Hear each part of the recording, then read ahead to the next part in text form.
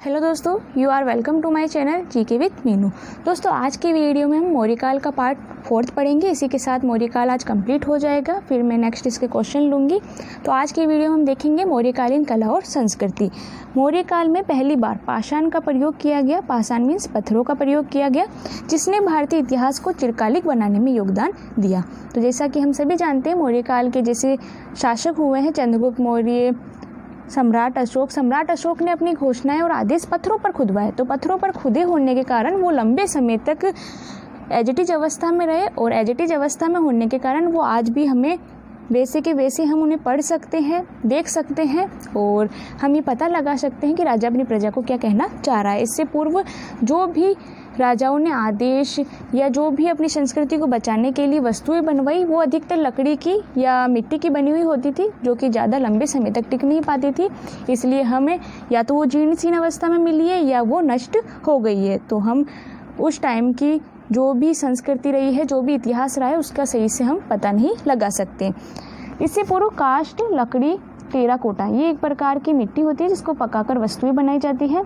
मृदभांड यानी घड़ा, मिट्टी का इत्यादि का प्रयोग किया गया, जिससे मौर्य काल से पूर्व के साक्ष्य हमें जीर्ण अवस्था में मिले, टूटी फूटी अवस्था में मिले हैं। तो हम उसके इतिहास का अच्छे से पता नहीं लगा सकते हैं।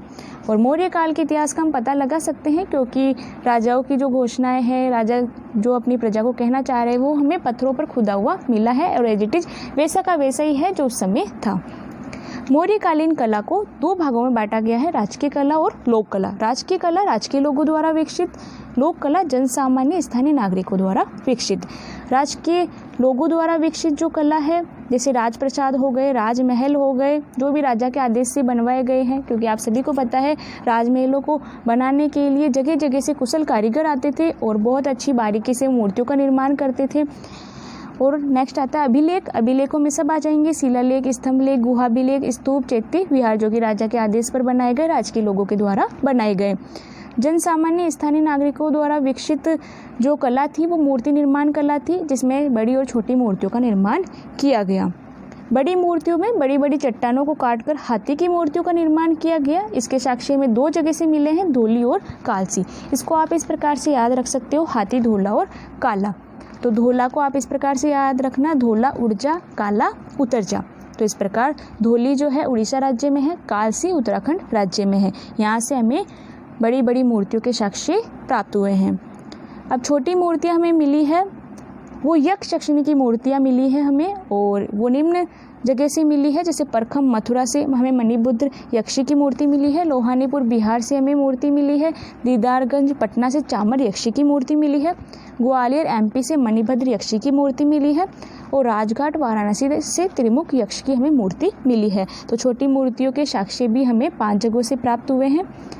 नेक्स्ट है दीदारगंज पटना, चामर यक्षी की मूर्ति को संपूर्ण नारीत्व की प्रतिमा कहा गया है। पटना के बुलंदी बाग से एक नर्तकी की मरण मूर्ति व रथ का पहिया 24 तीलियां मिली है।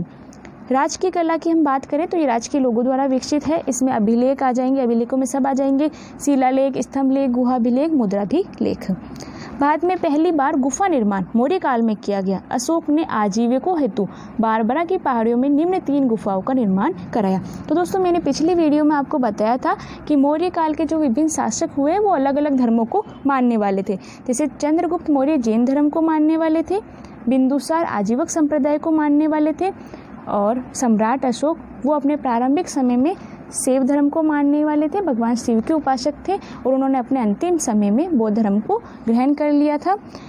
तो अशोक ये किनके पुत्र थे? बिंदुसार के पुत्र थे। तो बिंदुसार आजीवक संप्रदाय को मानने वाले थे, तो उनके ही पुत्र अशोक ने आजीवकों हेतु बारबरा की पहाड़ियों में 3 गुफाओं का निर्माण करवाया, कर्ण चौपार, विश्व झोपड़ी और सुदामा की गुफा। तो इसको किस प्रकार से हम याद रखेंगे? छोटी सी ट्रिक है, बराबर कविसु। तो बराबर से आपको याद रखना है बारबरा की पहाड़ियाँ, ये बिहार जिले में है। यहाँ 3 गुफाओं का निर्माण किया गया है। कविसु, क से आपको याद रखना है कर्ण चौपार की गुफा, वी से आपको याद रखना है विश्व झोपड़ी, और सु से आपको याद रखना है सुदामा की गुफा। तो इस प्रकार से 3 गुफाओं का निर्माण सम्राट अशोक के द्वारा किया गया। अशोक के पुत्र दशरथ द्वारा बारबरा व नागार्जुन की पहाड़ियों में निम्न 4 गुफाओं का निर्माण किया गया। गोपी, वापी, पदतिक, वदतिक, लोमेश ऋषि की गुफा। 3 गुफाएं गोपी, वापी, पदतिक या वदतिक, इसका निर्माण नागार्जुन की पहाड़ी पर किया गया जो कि बिहार जिले में है। और लोमेश ऋषि की गुफा का निर्माण बारबरा की पहाड़ी पर किया गया। लोमेश ऋषि की गुफा को सर्वश्रेष्ठ गुफा बोला जाता है क्योंकि बहुत बड़ी गुफा है और अलंकृत तरीके से बनाई गई है।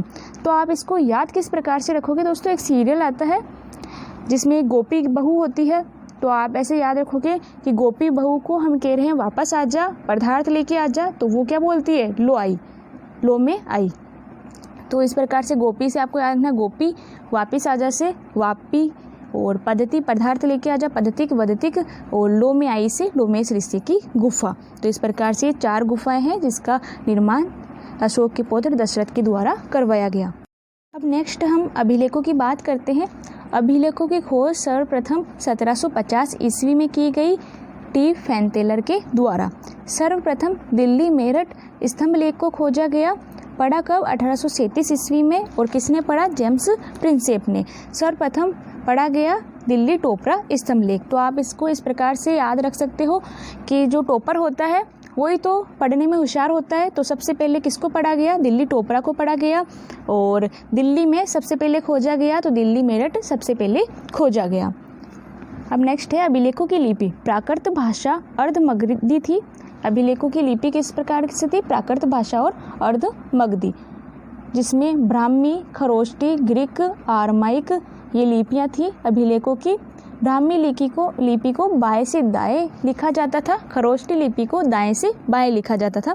ग्रीक और आरमाइक ये यूनानी लिपि थी, उर्दू की तरह लिखी जाती थी। अशोक के अभिलेखों में अक्षरों को लिखते समय अंत में शंख की भांति घुमा दिया जाता था, अतः इसे शंखाकार लिपि भी कहा जाता है। अभिलेख के प्रकार, तो अभिलेखों के प्रकार है जिसमें शिलालेख भी आते हैं, स्तंभ लेख भी आते हैं। शिलालेखों की अगर हम बात करें तो शिलालेखों में लघु यानी छोटे शिलालेख और वृहद यानी बड़े शिलालेख हमें प्राप्त हुए हैं। छोटे शिलालेख हमें 17 स्थानों से प्राप्त हुए हैं और बड़े शिलालेख हमें 8 स्थानों से प्राप्त हुए हैं। 17 स्थानों से प्राप्त होने वाले शिलालेखों में 1, 2 या 3 लाइनें हैं, और जो बड़े शिलालेख हैं उनकी संख्या 14 है। अगर हम स्तंभ लेखों की बात करें तो इसमें भी हमें लघु और वृहद स्तंभ लेख प्राप्त हुए हैं। लघु स्तंभ लेखों की अगर हम बात करें तो ये 5 स्थानों से प्राप्त हुए हैं, और अगर हम वृहद स्तंभ लेखों की बात करें तो ये 6 स्थानों से हमें प्राप्त हुए हैं। लघु स्तंभ लेखों की अगर लाइनों की बात करें तो 1-2 लाइन इसमें थी, और वृहद स्तंभ लेखों की हम बात करें तो ये 7 थे टोटल। तो हमें इस दोस्तों याद किस प्रकार से रखना है इसको, तो अगर हम स्तंभ लेखों को देख लें तो ये देखो लाइन से सीरीज जम रही है 5, 6, 7, यानी लघु का 5 स्थान है, 5 स्थानों से प्राप्त हुए हैं, वृहद 6 स्थानों से प्राप्त हुए और संख्या 7 है। तो आपको याद रह जाएगा 5, 6, 7, लघु 5 स्थानों से प्राप्त हुए, वृहद 6 स्थानों से प्राप्त हुए और संख्या क्या है, 7 है। और अगर हम शिलालेखों को देखें तो 14 इनकी संख्या थी। हमने 14 शिलालेखों को याद भी किया था, मैंने एक ट्रिक बताई थी आपको कि 14 शिलालेखों में क्या लिखा गया उसको किस प्रकार से याद रखते हैं, और 8 स्थान उनके उसकी भी हमें ट्रिक पढ़ी है। हमने जो ट्रिक जो थी शाम को जो सोए गधा ऐसा कुछ ट्रिक थी, तो आपको मैंने वो अलग से ट्रिक वाइज पढ़ाई हुई है, आगे और भी हम पढ़ेंगे इसको। अगर हम गुहा अभिलेख की बात करें तो इसकी संख्या कुल 7 है। अशोक के द्वारा 3 गुफाएं बनाई गई है। कौन सी गुफाएं बनाई गई है इसकी आपको ट्रिक बताई है मैंने बराबर, कविसु, कर्ण चौपार की गुफा, विश्व झोपड़ी, सुदामा की गुफा। और दशरथ ने 4 गुफाएं बनाई है, गोपी, वापी, पदतिक या वदतिक और लोमेश ऋषि की गुफा। तो इस प्रकार से अभिलेख को हमने 3 कैटेगरी में डिवाइड किया, शिलालेख, स्तंभलेख और गुहाभिलेख। तो इस प्रकार से आपको याद रखना है। अब नेक्स्ट हम बात करते हैं जूनागढ़ अभिलेख की। यह हमें काठियावाड़ गुजरात सौराष्ट्र से मिला है। भाषा इसकी संस्कृत है, लिपि ब्राह्मी है। जानकारी हमें चंद्रगुप्त मौर्य द्वारा अपने सौराष्ट्र गुजरात के प्रांतपाल गवर्नर पुष्यगुप्त वैश्य को आदेश देकर सुदर्शन झील का इसमें निर्माण करवाया, इसकी जानकारी हमें मिलती है। मौर्य काल में सिंचाई का प्रमुख साधन सुदर्शन झील थी। तो सुदर्शन जो झील थी उसी के द्वारा मौर्य काल में सिंचाई की जाती थी, और सुदर्शन झील को विभिन्न शासकों के द्वारा इसका पुनर्निर्माण किया गया। और बनवाया किसके द्वारा, चंद्रगुप्त मौर्य के द्वारा बनवाया गया। किससे बनवाया गया, सौराष्ट्र के गवर्नर या जिसको हम प्रांतपाल कह सकते हैं, पुष्यगुप्त वैश्य, इसके द्वारा सुदर्शन झील का निर्माण किया गया चंद्रगुप्त मौर्य के आदेश पर। सुदर्शन झील सुवर्ण सिक्ता व प्लासनी नदियों के संगम पर उर्जित पहाड़ी पर स्थित है। अगर हम शासकों की बात करें तो चंद्रगुप्त मौर्य ने इसका निर्माण करवाया। उस टाइम प्रांतपाल थे सौराष्ट्र के पुष्यगुप्त वैश्य, और फिर इसका पुनर्निर्माण करवाया अशोक के द्वारा। तुसास्व तुपास्य जो कि यवन राज थे, इन्होंने पुनः निर्माण किया और सुदर्शन झील से नहर का निर्माण भी इन्होंने किया। नेक्स्ट आते हैं रुद्रदामन जो कि शक शासक थे। इनके टाइम सुविशाख गवर्नर हुए थे। इन्होंने पुनः निर्माण किया क्योंकि ये अतिवृष्टि के कारण क्षतिग्रस्त हो गई थी। अब नेक्स्ट आते हैं स्कंदगुप्त जो कि गुप्त शासक थे। इनके टाइम प्रांतपाल हुए थे। पर्णहरित व उसके पुत्र चक्रपालित की देखरेख में इन्होंने पुनः निर्माण करवाया। तो इस प्रकार से विभिन्न शासकों के द्वारा इसका निर्माण और पुनर्निर्माण करवाया गया। अब दोस्तों जो वृद्ध शिलालेख है उनके स्थानों को याद रखने की ट्रिक है। 8 स्थान है, 8 जगह से हमें वृद्ध शिलालेख मिले हैं, उनको याद रखने की ट्रिक है। मैंने इसका अलग से वीडियो भी बनाया हुआ है और इसके साथ भी मैं आपको बता देती हूँ। शाम को सोए जो गधा, सा से आपको याद रखना है शाहबाजगढ़ी, म से आपको याद रखना है मानसेहरा, को से आप याद रखेंगे कालसी, सो से आपको याद रखना है सोपारा, ए से आपको याद रखना है आंध्र प्रदेश, जोर से आपको याद रखना है जोगढ़ जो कि उड़ीसा राज्य में है, गे से आपको याद रखना है गिरनार जो कि गुजरात राज्य में है, ध से आपको याद रखना है धौली जो कि उड़ीसा राज्य में है। तो ये वृद्ध शिलालेखों को याद रखने की ट्रिक है, उनके स्थानों को याद रखने की ट्रिक है। ये शाहबाजगढ़ी और मानसेहरा ये दोनों पाकिस्तान में है, बाकी जितने भी बचे वो सब भारत में है। और शाहबाजगढ़ी और मानसेहरा इन दोनों की लिपि खरोष्टी लिपि है और बाकी सबकी ब्राह्मी लिपि है। तो इस प्रकार से आप याद रखें। अब नेक्स्ट है प्रोफेसर राय चौधरी के अनुसार ये है 8 स्थान जो अशोक साम्राज्य की सीमाओं का निर्धारण करते हैं। यानी प्रोफेसर राय चौधरी ने क्या कहा है कि ये जो वृद्ध शिलालेख हमें मिले हैं 8 स्थानों से, ये 8 स्थान ही अशोक के साम्राज्य की सीमा निर्धारित करते हैं।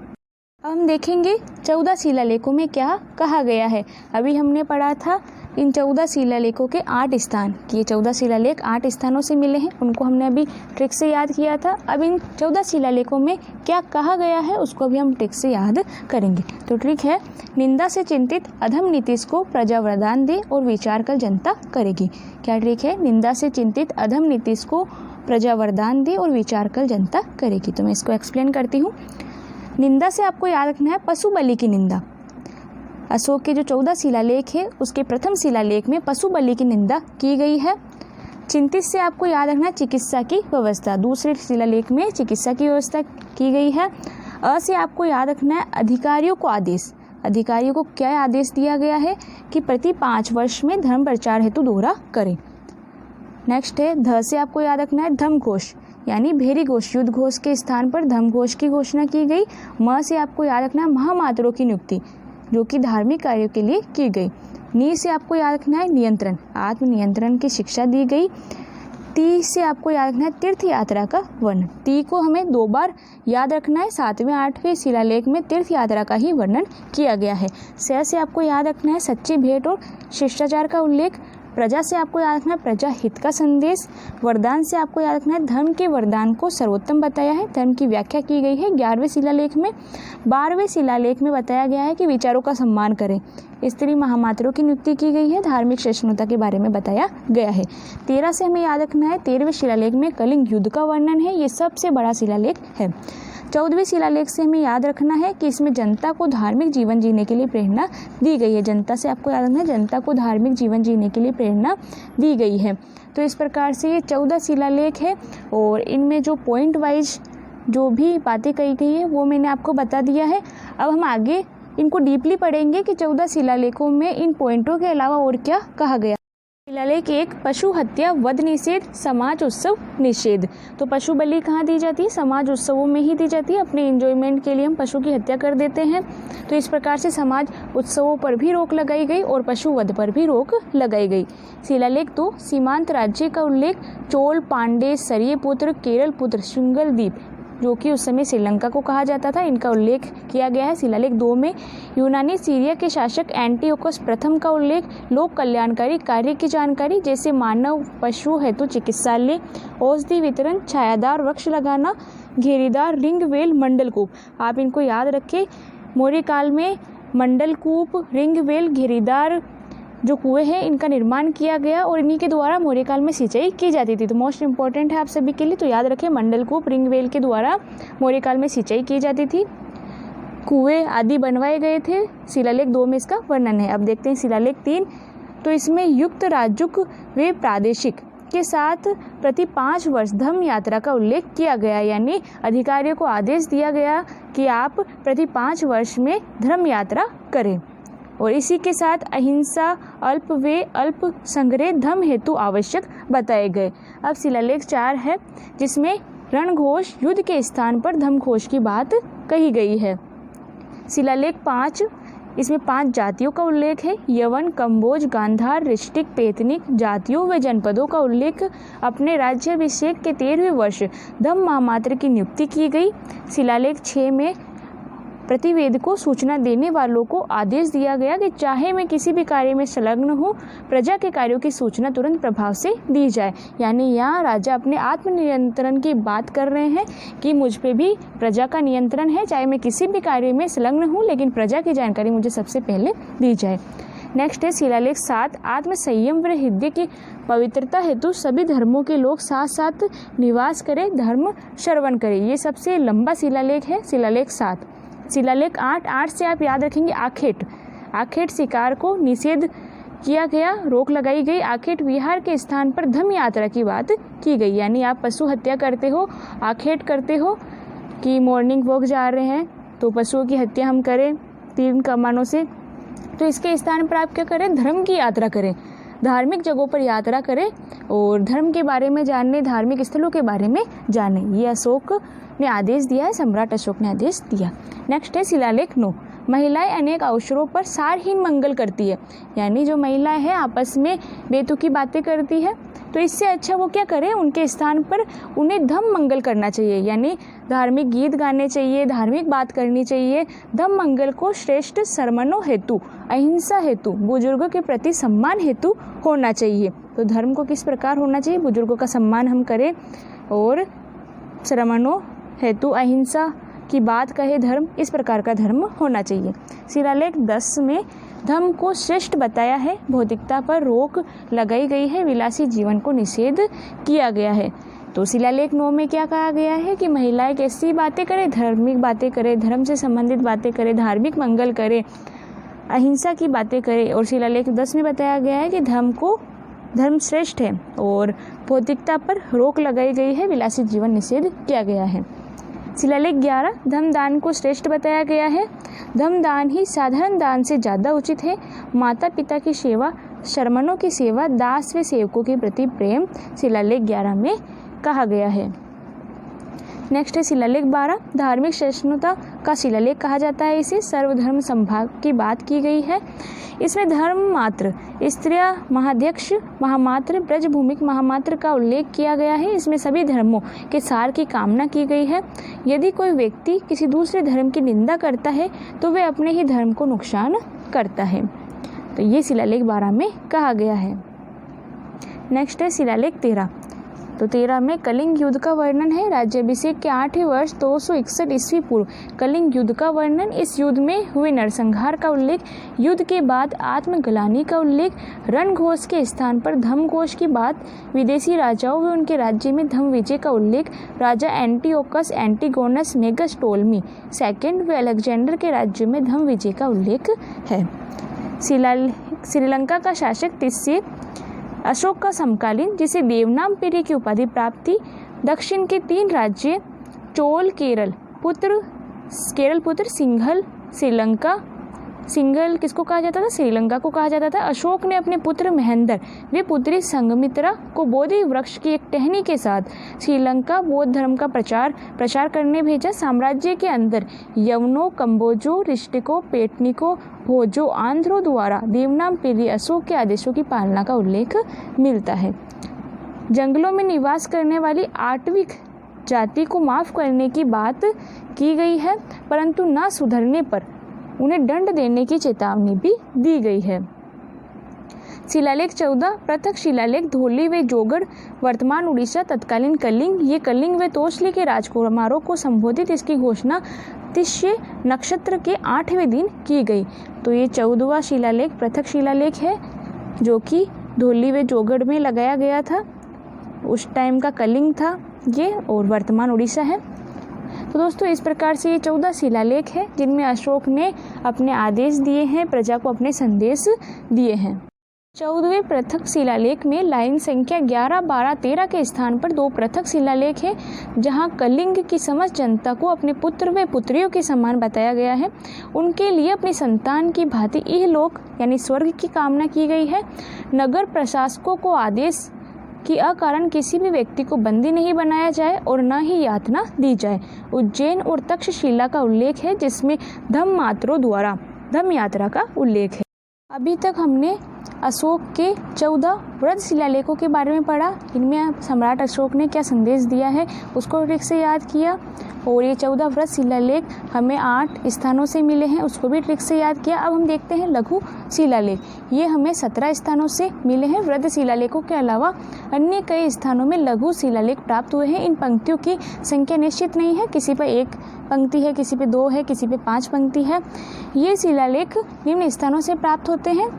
भारबू बेराट जो वर्तमान में जयपुर जिले में है, इसके खोजकर्ता है कैप्टन बर्ट, जिनकी खोज 1840 में की गई, यानी भारबू बेराट की खोज 1840 ईस्वी में की गई, और इसको वर्तमान में कलकत्ता संग्रहालय में सुरक्षित रखा गया है। रूपनाथ ये दतिया मध्य प्रदेश में है। गुजरा ये दतिया मध्य प्रदेश में है। सारो मारो ये शहडोल मध्य प्रदेश में है। अहरोरा ये मिर्जापुर उत्तर प्रदेश में है। राजुल मंडगिरी ये कर्नूल आंध्र प्रदेश में है। अर्रेगुड़ी ये कर्नूल आंध्र प्रदेश में है। माशकी रायचूरा कर्नाटक में है। उदयगोलम ये वेल्लारी कर्नाटक में है। नेटूर ये मैसूर कर्नाटक में है। सन्नोती ये अभी नया खोजा गया है, ये गुलबर्गा कर्नाटक में है। जटिंग रामेश्वर ये चीतलदुर्ग कर्नाटक में है। पालकी गुंडू ये मैसूर कर्नाटक में है। गोवीमठ ये मैसूर कर्नाटक में है। सिद्धपुर ये चीतलदुर्ग कर्नाटक में है। ब्रह्मगिरी ये चीतलदुर्ग कर्नाटक में है। शेषराम ये बिहार राज्य में है। तो इस प्रकार ये लघु शिलालेख है जो कि हमें 17 स्थानों से प्राप्त हुए हैं। सर्वाधिक लघु शिलालेख कर्नाटक में मिले हैं, और सबसे नया शिलालेख नवीनतम शिलालेख सन्नोती ये भी हमें गुलबर्गा कर्नाटक में ही मिला है। पनगुडरिया गुहालेख में अशोक को महाराजकुमार कहा गया है। भारबू बेराट, अब भारबू बेराट की अगर हम बात करें तो ये जयपुर जिले में है। खोजकर्ता इसके कैप्टन बर्ट है। वर्तमान में कलकत्ता संग्रहालय में रखा गया है। भारबू बेराट अशोक के बौद्ध होने का सबसे बड़ा प्रमाण है। इसमें अशोक ने बुद्ध धम्म व संघ के प्रति आस्था व्यक्त की है। स्वयं को बुद्ध शाक्य कहा है। इस लघु शिलालेख पर बौद्ध धर्मों का बौद्ध ग्रंथों का अंकन किया गया है। निम्न शिलालेखों में अशोक का नाम अशोक मिलता है। तो कौन कौन से शिलालेख है जिनमें अशोक का नाम अशोक मिलता है, तो उसको हम ट्रिक से याद करते हैं। गुजरा मासी को नेटूर में उदय विकार हुआ। ट्रिक क्या है? गुजरा मासी को नेटूर में उदय विकार हुआ। तो गुजरा से हमें याद रखना है, गुजरा जो कि एमपी में है और बाकी बचे जो सब कर्नाटक में है। गुजरा एमपी में है, बाकी कर्नाटक में। मासी, मासी से हमें याद रखना मास्की जो कि कर्नाटक में है। नेटूर, नेटूर से हमें नेटूर ही याद रखना है, ये भी कर्नाटक में है। उदयगोलम ये भी कर्नाटक में है। वेलारी कर्नाटक में है ये। तो इस प्रकार से ये ट्रिक है हमारी कि इन शिलालेखों में अशोक का नाम हमें अशोक मिलता है। नोट है, अन्य अभिलेखों में अशोक की उपाधियों का उल्लेख है, जैसे देवनाम प्रिय, देवनाम प्रियदर्शी, देवताओं के सम्मान प्रिय दृष्टि रखने वाला, जिसका अर्थ है। अब हम स्तंभ लेखों की बात करते हैं। स्तंभ लेखों की प्रेरणा मिली है। जॉन मार्शल के अनुसार अशोक को स्तंभ लेख लगाने की प्रेरणा ईरानी शासक डोरियर प्रथम से मिली। यानी जॉन मार्शल का मानना था, वास्तव में ये बात सत्य नहीं है, बस उनकी राय है जॉन मार्शल की कि जो सम्राट अशोक है उनको ये स्तंभ लेखों की प्रेरणा ईरानी शासक डोरियस प्रथम से मिली होगी। स्तंभ लेखों की संख्या 7 है, 6 स्थानों से प्राप्त हुए हैं, भारतीय स्तंभ लेख और ईरानी स्तंभ लेख। तो दोस्तों जॉन मार्शल का तो कहना है कि उनको प्रेरणा ईरानी शासक से मिली होगी, लेकिन हम इस तरीके से नहीं मानते हैं क्योंकि दोनों की संरचना अलग अलग है और अलग अलग तरीके से इन स्तंभ लेखों को बनाया गया है। ईरानी जो स्तंभ लेख है वो बिल्कुल डिफरेंट है और भारतीय स्तंभ लेख बिल्कुल डिफरेंट है। जैसा कि हम फोटो में देख रहे हैं, भारतीय स्तंभ लेख पर शीर्ष में पशु मूर्ति का बनाया गया है, उल्लेख किया गया, अंकित किया गया है। जिसको फलक कहा जाता है, तो फलक पर पशु मूर्ति बनाई गई है, जबकि ईरानी स्तंभ लेख में मानव मूर्ति बनाई गई है। और अगर हम बात करें पशु मूर्ति के जस्ट नीचे भारतीय स्तंभ लेखों में अवांगमुखी कमल बनाया गया है, अधोमुखी कमल या जिसको उल्टा कमल भी कहा जाता है वो बनाया गया, जबकि ईरानी स्तंभ लेख में ऐसा कुछ नहीं बनाया गया है। और ईरानी स्तंभ लेख की हम बात करें तो इसको नालीदार टुकड़ों से जोड़कर बनाया गया है, सपाट ही नहीं है। जबकि हम भारतीय स्तंभ लेख की बात करें तो ये एकदम सपाट पत्थर है, चिकना पत्थर है, चुनार के पीले पत्थरों का इसमें प्रयोग किया गया है। इसको यष्टि लाट कहा जाता है, एकास्मक सपाट चिकना चमकदार पॉलिश इस पर की गई है। और जबकि ईरानी जो स्तंभ लेख है उनको नालीदार बनाया गया है, टुकड़ों को जोड़ जोड़ कर बनाया गया है और विखंडित अवस्था में मिले हैं। इनका निर्माण मेधी चबूतरे पर किया गया है, यानी इसको आधार दिया गया है मेधी चबूतरे पर ईरानी स्तंभ लेखों का निर्माण किया गया, जबकि भारतीय जो स्तंभ लेख है वो स्वतंत्र अवस्था में खड़े हैं। इसके अलावा जो ईरानी स्तंभ लेख है उनमें राजप्रसादों में ही बनाया गया है उनको, जबकि भारतीय स्तंभ लेखों में एक विशेष स्थान नहीं है कि यही इनको बनाया गया, इनको जगह जगह बनाया गया है। तो इस प्रकार से ये अंतर है जिससे हम कह सकते हैं कि जो हमारे सम्राट अशोक हैं उन्होंने स्तंभ लेखों का निर्माण अपनी प्रेरणा से किया है, ना किसी और की प्रेरणा से। भारतीय स्तंभ लेख और ईरानी स्तंभ लेख, तो फलक पर पशु मूर्ति है, अवांगमुखी कमल है। ईरानी स्तंभ लेखों में फलक पर मानव मूर्ति है, कमल नहीं है। सेकंड, अगर हम अंतर की बात करें तो एकाश्मक, एक ही पत्थर सपाट चमकदार पॉलिश की गई है भारतीय स्तंभ लेखों में, जबकि ईरानी स्तंभ लेखों में नालीदार टुकड़े जोड़कर बनाए गए हैं। भारतीय स्तंभ लेख स्वतंत्र अवस्था में खड़े हैं, जबकि ईरानी स्तंभ लेख मेधी या चबूतरे पर टिके हुए हैं। भारतीय स्तंभ लेखों का निश्चित स्थान नहीं है, स्वतंत्र अवस्था में है, यानी कहीं भी इन्हें लगाया गया है। ईरानी स्तंभ लेख राजप्रसादों में ही लगाए गए हैं ओनली। भारतीय स्तंभ लेख नीचे से चौड़े हैं, जबकि ईरानी स्तंभ लेख नीचे से ऊपर एक समान है। भारतीय स्तंभ लेख केवल ब्राह्मी लिपि में है, जबकि ईरानी स्तंभ लेख यूनानी लिपियों में है। और भारतीय स्तंभ लेखों को अशोक ने अपने साम्राज्य में जगह जगह लगाया है, जबकि ईरानी स्तंभ लेख ओनली राजप्रसादों में लगे हुए हैं। तो इस प्रकार से ये मुख्य अंतर है भारतीय स्तंभ का और ईरानी स्तंभ लेख का। वृहद स्तंभ लेखों की हम बात करें तो इनकी संख्या 7 है, स्थान 6 है, 7 लाइन उत्कीर्ण है। केवल दिल्ली टोपरा पर ही पूरी 7 लाइन है, अन्य पर 6 लाइन ही हमें मिलती है। अशोक की राज आज्ञाएं, जन कल्याण से संबंधित घोषणाएं व धम्म की यात्रा का उल्लेख मिलता है। ये 6 स्थानों से प्राप्त होते हैं। अशोक का धम्म, जनता के नैतिक उत्थान हेतु अशोक ने जो संहिता नियम प्रस्तुत की उसे स्तंभ लेखों में धम्म कहा गया है। परिभाषा बौद्ध ग्रंथ राहुलोवाद सूत्र से हमें मिलती है, जिसमें क्या कहा गया है, धम्मे साधु कियम चे धमाति, धम्म अच्छा है परंतु धम्म क्या है। तो इस प्रकार धम्म को जानने की इच्छा थी सम्राट अशोक की, उन्होंने धार्मिक बातें कई स्तंभ लेखों में खुदवाई है। उल्लेख इसका 2 व 7वें लेख में स्तंभ इसका उत्तर देता है कि उपा सिन्वे बहु कयाने दया दाने सच्ची सोचे माधवे साधवे चे धमती, कि भाई धम्म क्या है, पापों से मुक्ति, बहुत से लोगों का कल्याण, दया और दान, सत्यता वे शुद्धता, वाणी में मधुरता वे व्यवहार, साधुता ही धम्म है। 6 स्थान जहाँ से वृहद स्तंभ लेख प्राप्त हुए हैं। फर्स्ट है दिल्ली टोपरा, वर्तमान ये हरियाणा में है, वर्तमान ये दिल्ली में है और ये हरियाणा से लाया गया है।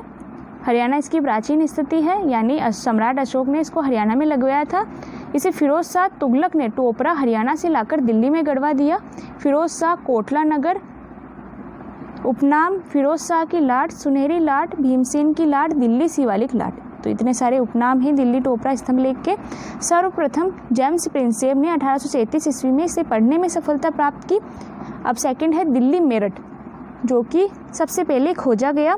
वर्तमान इसकी स्थिति दिल्ली है, प्राचीन स्थिति इसकी मेरठ उत्तर प्रदेश है, यानी सम्राट अशोक ने इसे मेरठ उत्तर प्रदेश में लगाया, जिसे फिरोज शाह तुगलक ने मेरठ उत्तर प्रदेश से लाकर दिल्ली में गड़वा दिया। सर्वप्रथम खोजा गया ये स्तंभ लेख है, 1750 में टी फैंथलन ने इसकी खोज की है।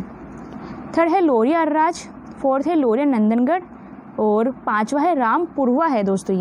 ये बिहार के चंपारण जिले से हमें प्राप्त हुए हैं। लोरिया अर्राज, लोरिया नंदनगढ़ और रामपुरवा। छठा है प्रयाग कौशाम्बी। तो प्रयाग कौशाम्बी की अगर हम बात करें तो ये इस प्रकार से है। सबसे पहला लेख इसमें प्रयाग कौशाम्बी में सबसे पहला लेख उत्कीर्ण है। समुद्रगुप्त की प्रयाग प्रशस्ति इसमें लिखी हुई है, हरिसेन द्वारा जो रचित है। उत्कीर्ण तिलभट द्वारा है। फिर इसके बाद इस पे बीरबल का लेख भी हमें मिलता है, अकबर के बारे में जहांगीर का लेख भी हमें मिलता है। इसे बादशाह अकबर ने प्रयाग से कौशाम्बी इलाहाबाद के किले में लगवा दिया।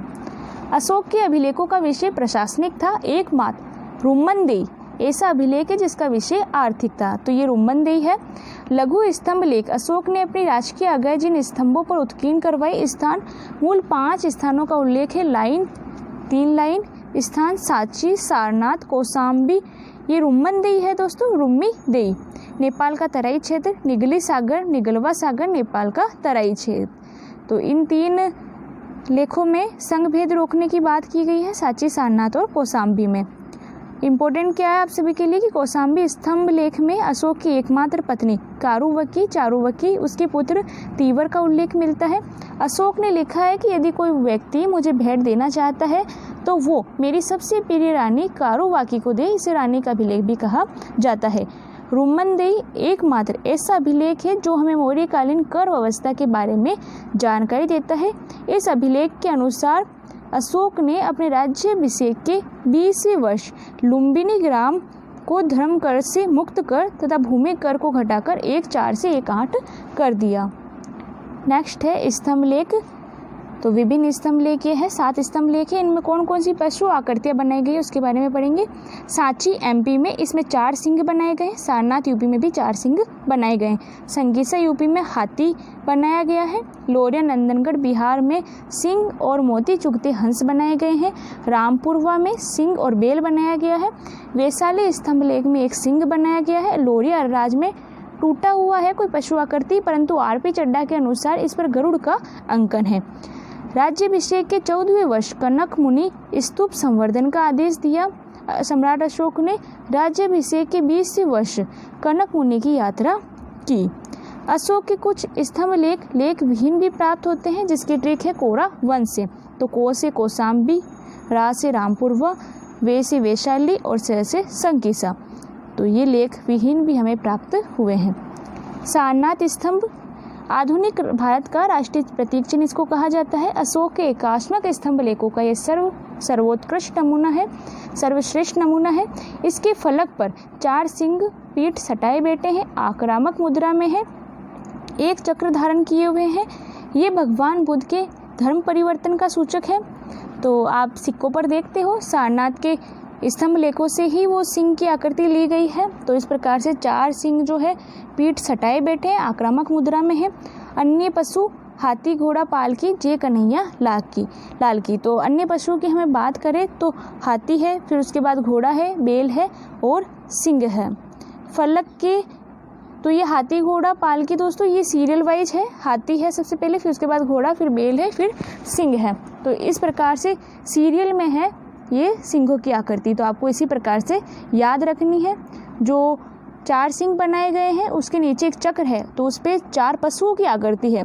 तो पशुओं की जो आकृति है उसका सीरियल ये है, सबसे पहले हाथी, फिर घोड़ा, फिर बेल और सिंह। फलक के निचले हिस्से पर उत्कीर्ण 4 चक्र है, अतः सारनाथ स्तंभ पर कुल चक्रों की संख्या हुई 5। चक्र में कुल तीलियां 32 है, जिसमें से भारतीय राष्ट्रीय प्रतीक चिन्ह में 24 तीलियां ली गई है। मौर्यकालीन राजप्रसाद इसके साक्ष्य में पटना के बुलंदी बाग से मिले हैं। पटना के समीप ही कुम्हार नामक स्थान से में मिले हैं।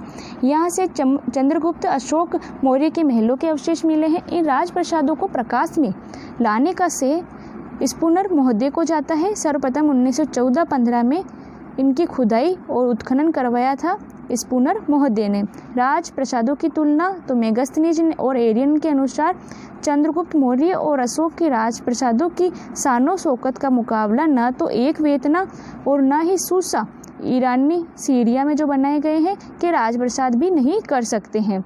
तो इस प्रकार इतने भव्य थे चंद्रगुप्त मौर्य के महल, जिनकी प्रशंसा मेगस्थनीज और एरियन के द्वारा की गई। फायान ने कहा है कि इस राजप्रसादों का निर्माण मानवों द्वारा नहीं अपितु देवताओं के द्वारा किया गया, कि इतने भव्य और सुंदर थे कि ऐसा लगता है कि मानव तो इसको बना ही नहीं सकते हैं, देवताओं द्वारा इसका निर्माण किया गया है। तो फायान चीनी यात्री था। नेक्स्ट है पाटलिपुत्र इंडिया में पोलीब्रोथम। मेगस्थनीज के अनुसार चतुर्भुजाकार इसका नगर था। तो इस प्रकार अगर हम पाटलिपुत्र की बात करें कि पाटलिपुत्र का वर्णन मेगास्थनीज ने किस प्रकार से किया है, तो इसको नाम तो सर्वप्रथम मेगास्थनीज ने पोलीब्रोता दिया है।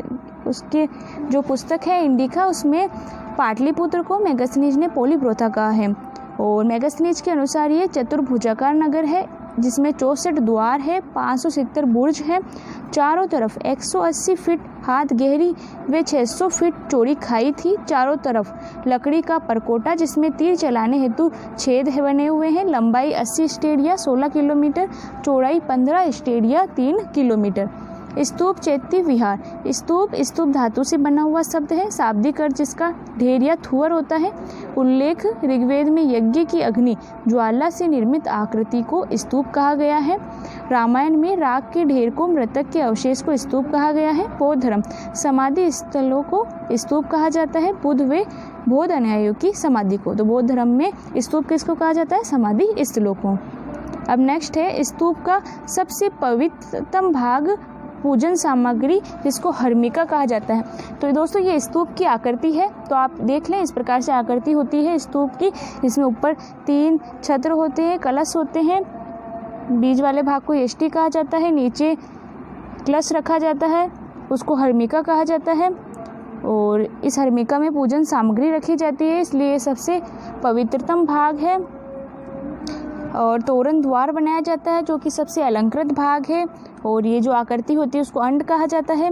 और एक दक्षिणा पथ बनाया जाता है परिक्रमा के लिए, तो ऊपरी प्रदक्षिणा पथ ये है पथ है ये। तो इस प्रकार से ये स्तूप की आकृति है, इस प्रकार से स्तूप बनाया जाता है। अशोक ने अपने जीवन काल में 84,000 बौद्ध स्तूपों का निर्माण करवाया। सर्वप्रथम स्तूप निर्माण बुद्ध की मृत्यु के बाद मगध के शासक अजातशत्रु ने उनके अस्थि अवशेष पर करवाया। स्तूप के प्रकार शारीरिक स्तूप, पारिभोगिक, उद्देशिक, पूजार्थक। तो शारीरिक स्तूप बुद्ध के अस्थि अवशेषों पर निर्मित, उनको शारीरिक स्तूप कहा गया। पारिभोगिक बुद्ध द्वारा प्रयोग की गई वस्तुओं पर निर्मित स्तूप, भिक्षा पात्र इत्यादि पर, उसको पारिभोगिक स्तूप कहा गया। उद्देशिक बुद्ध के जीवन से संबंधित महत्वपूर्ण स्थलों पर निर्मित स्तूपों को उद्देशिक स्तूप कहा गया। और पूजार्थक यानी पूजा के लिए धनी लोगों के द्वारा जो स्तूप बनाए गए वो पूजार्थक स्तूप कहलाए। सर्वप्रथम अजातशत्रु ने राजगृह की पहाड़ी पर युद्ध के अस्थि अवशेष पर स्तूप का निर्माण करवाया। स्तूप निर्माण, तो स्तूप ईंटों से बनाया गया, कुछ स्तूपों में पत्थरों का भी प्रयोग किया गया। प्रमुख स्तूपों की अगर हम बात करें तो प्रिप हवा स्तूप ये सबसे प्राचीनतम स्तूप है। ये सिद्धार्थनगर यूपी नेपाल के तराई क्षेत्र में है। खोज इसकी 1897 ईस्वी में WC पेम्पो के द्वारा की गई। इस स्तूप में 4 अस्थि कलश है जिन पर ब्राह्मी लिपि अंकित है। वे सोने व पत्थर के, यहाँ से हमें बहुमूल्य आभूषण प्राप्त हुए हैं। नेक्स्ट है सांची स्तूप, इसको सर्वश्रेष्ठ स्तूप कहा गया है।